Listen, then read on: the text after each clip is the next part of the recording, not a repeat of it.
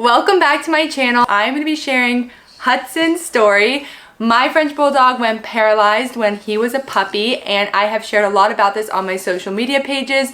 I am really excited to share our story again on YouTube and really go into detail about it all.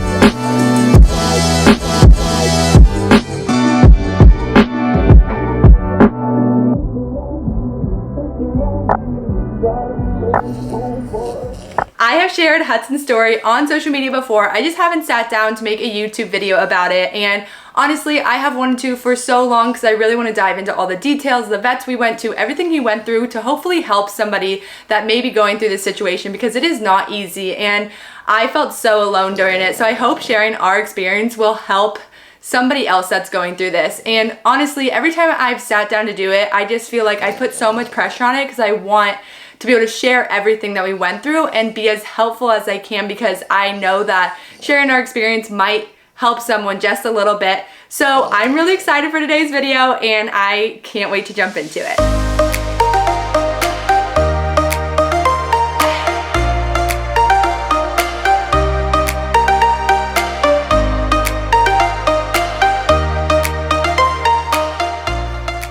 What's he doing? You look ginormous. He looks so funny. I'm gonna start with just sharing our story. Hudson's apparently gonna be snoring this whole time, but just sharing our story, how I got Hudson, and dive a little into that before going into his back and all of that stuff. When I was 20, ooh, let's get him comfy. When I was 20 and in college, I was babysitting for a family and I was really close with the older daughter. She actually ended up bringing home a French Bulldog, which was Hudson's brother. And when she brought him home, I was there and I fell in love. So I actually asked if there are any other Frenchies left, and she said there was one left. He was the runt of the litter and the breeder decided not to keep him. Honestly, I was young. I didn't research the breeder. If I were to do things differently now, I do have a long list of questions I would ask before bringing home a Frenchie.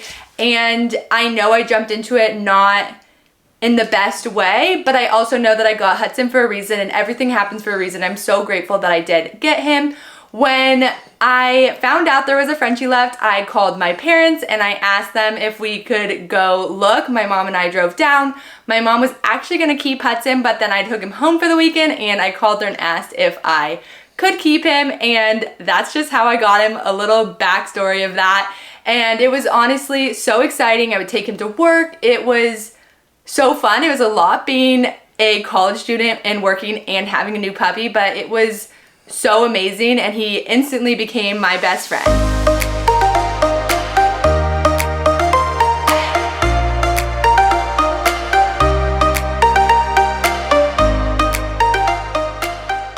Let's chat a little bit about Hudson and finding out he was going paralyzed, because honestly when I brought him home there were really no signs. Yeah, he was a little bit of a more mellow puppy. He was not as playful, but he still had his puppy side to him. So it was nothing that was super noticeable, especially at first. And now looking back, and now that my parents have a new puppy, I recognize how different of a puppy Hudson was. But it wasn't something that was crazy noticeable at first. And we had a busy first few months when I brought him home, and then one day he started screaming in pain and I rushed him to the vet, and this is just where things got so complicated and so messy, and it was honestly so frustrating. I feel like because I was young, I wasn't taken as seriously, and I took him to the vet. They did some tests on him and they said nothing looked weird, take him home, don't worry about it. So I took him home and then his legs started sliding out from under him, and I knew something was wrong, so I took him back to another vet. I was in Santa Barbara at the time, and the vet said it could be seizures. They did tests on him. They even did an x-ray on him. They said his back looked a little weird, but nothing to worry about, and just to, again, keep a close eye on him and take him home. Which is so crazy to me now looking at the x-ray that they didn't notice what it was. I'll put a little picture of what his back looked like before spinal surgery, and knowing what he was diagnosed with, it's so obvious when you look at this x-ray, but it took us 6 different vets going from Santa Barbara to LA to find a vet that actually could figure out what was wrong with him. I actually ended up starting to bring my parents with me to help me because I just felt like we weren't really getting anywhere. I was going in circles. We were running all these tests and we couldn't figure it out. And it was so frustrating because I wanted to help him and I knew he was in pain and I was doing everything I could to get him the help that he needed. During this time, I really did learn how to advocate for him, and I started to stand up for him a lot more, and I realized that I needed to push with questions I had and things I was noticing. It ended up taking us a long time to get him a diagnosis. Hudson at the original start of everything was 5 months, and he ended up getting spinal surgery at 8 months. It did take us 2 months of going to multiple different vets to finally get him diagnosed, which he was diagnosed with kyphosis, which is a curvature of the spine, which you will see in that photo that I shared.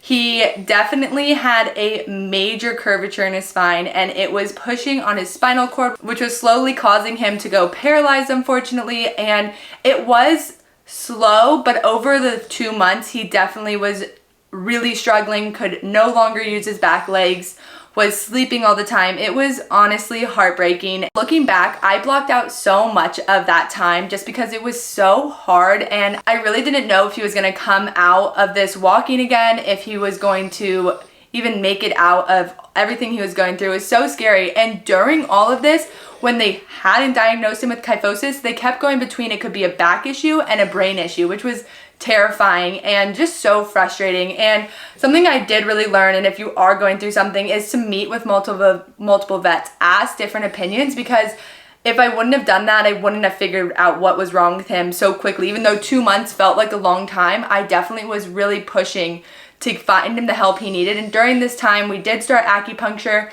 but then we actually met with a specialist that I was recommended in San Diego, and we took him down there to get more information and to be seen. We went down there on July 12th, and when we got down there, we met with the specialist and he told us that it was a really bad case of kyphosis. He did confirm it was kyphosis and it was not good, that he probably would never walk again even if he had spinal surgery, and if he didn't have spinal surgery tomorrow, that in the next few days he could be permanently paralyzed. And it was honestly just terrifying trying to make these decisions, trying to make sure we were doing what was best for him, getting all these different opinions, and then making the best decision for him that we could do.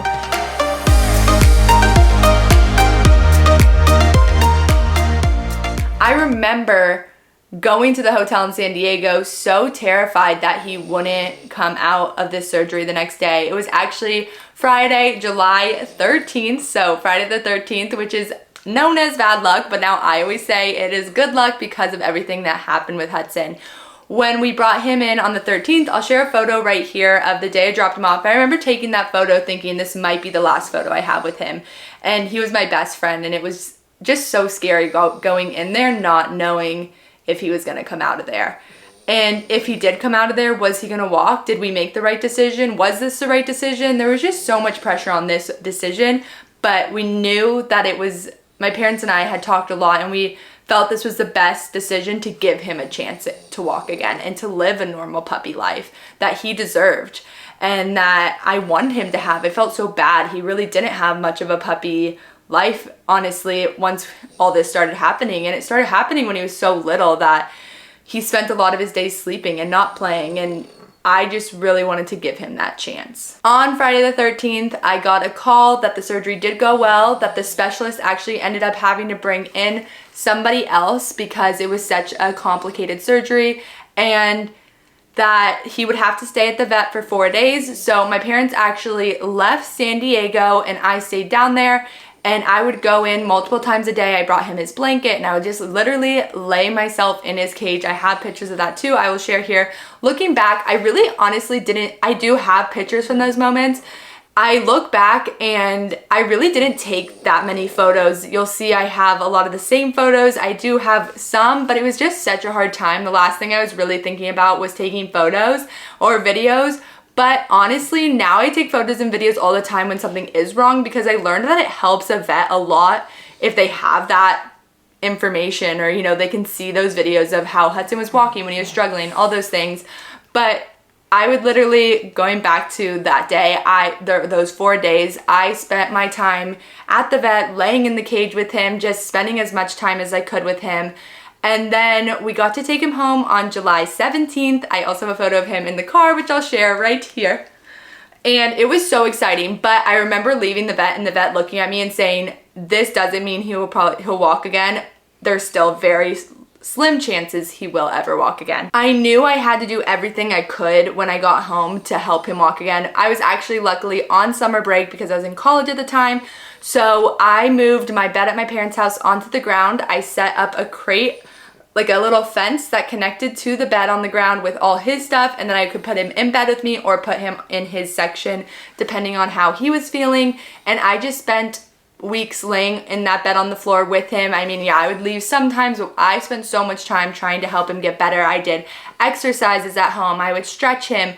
I would move his back legs. And then I took him back to his follow-up appointment about 3 weeks later, and that is actually when he had his first little kick movement within those like 3-week time frame from his surgery, which was big progress just to see that he could move his back leg a little, because the 3 weeks after surgery, I had to help him go to the bathroom. I had to help him. I'd hold his back leg so he could use his front legs to keep his muscles up. And, you know, it definitely was not an easy time, but I knew that if he could just kick his back leg, we had a chance that he'd walk again. Once we did go to our follow-up appointment, the vet told us he was really happy with his progress so far and that I could start physical therapy. So from there, I started physical therapy. I feel like that was such a serious conversation. But from there, I started physical therapy with him in Calabasas, and then when I went back to school in Santa Barbara, I brought him with me and we did physical therapy there.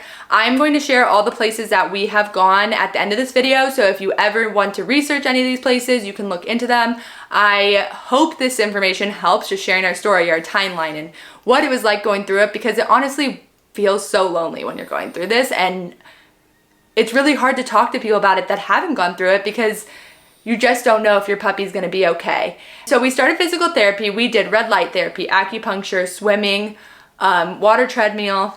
I'm trying to think of what else. And then we also did like exercises on balls and all that. I have so many videos from his physical therapy because I was so proud of him and I was always sending it to my parents. We were going twice a week at first to physical therapy, and then over time it slowly got less and less. It took about 6 to 8 months for Hudson to really get to a point where he was walking normally again on a leash. He could actually go on walks. It really did take a while to get him to where he was at, but there was many steps in between from surgery to the 6 to 8 months where he was walking that he was taking little steps, or, you know, crawling places, or he would take like 10 steps and then like lay down.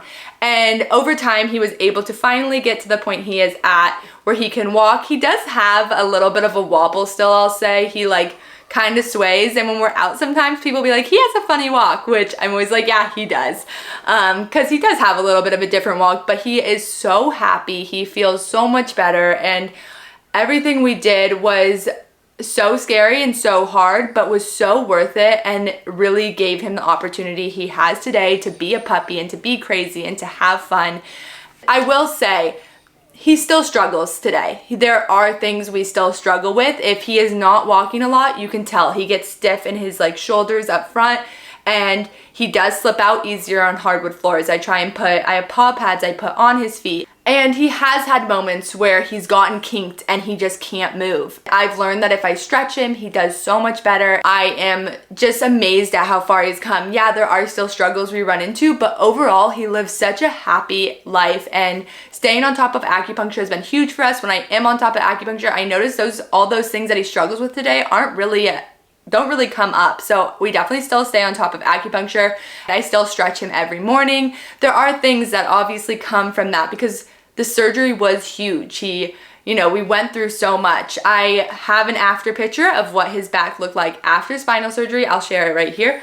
And I feel like I never know where to point, but it still scares me today. I'm always scared that one wrong move might change the way he is, but at the end of the day, he's living his best life, and I am so grateful that I get to be his mom and that I get to give him, I'm gonna cry, that I get to give him the opportunity to be here 5 years later, and he's 5 now, and he's lived the last 5 years of his life happy and playful. And I know not everybody would have had that opportunity to get the surgery he needed, and I know I was chosen to be his mom for a reason, and I am so grateful for that. I do not like crying on camera.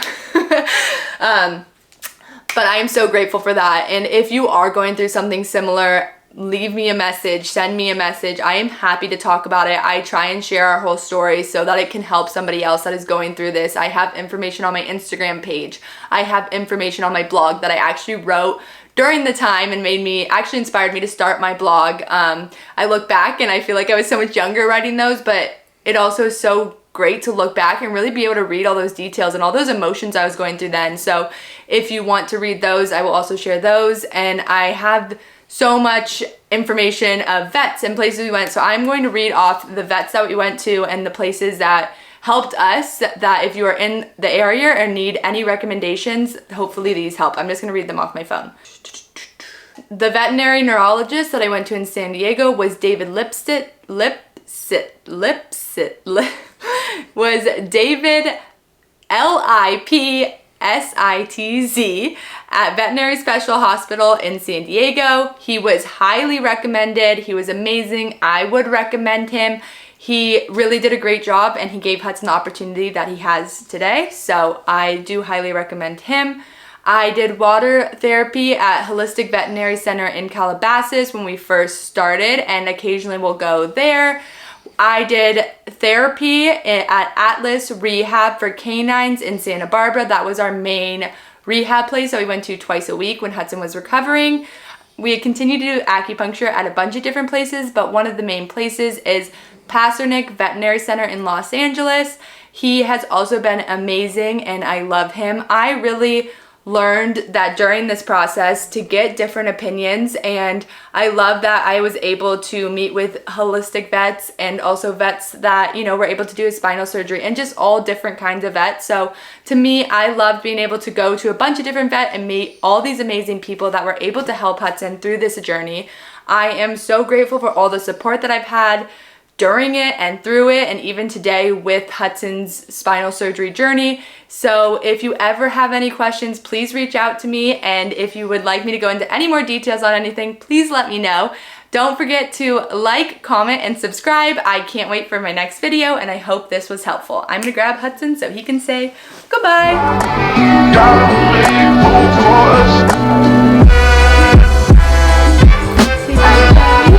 Want to show him your scar?